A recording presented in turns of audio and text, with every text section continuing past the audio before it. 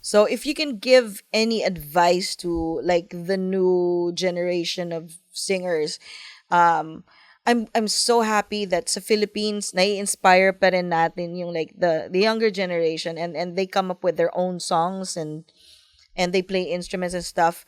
Pero like marami rin dito ng mga young kids na nakakatawa, no? Yung mga sa atin, gusto nila magpunta dito sa Amerika. Yung Mm-mm. mga laki naman dito, Gusto sa gusto atin. nang umuwi ng Philippines to make a name Yes. there. Oo. Oo. What can you, ano naman ang advice mo sa mga gustong, like, let's say, to make it in Manila?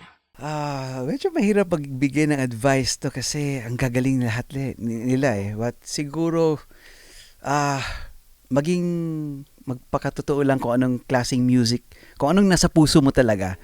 Yun yung gawin mo. Hindi dahil, uy, uso ngayon ang ganitong sound, didikit ka doon.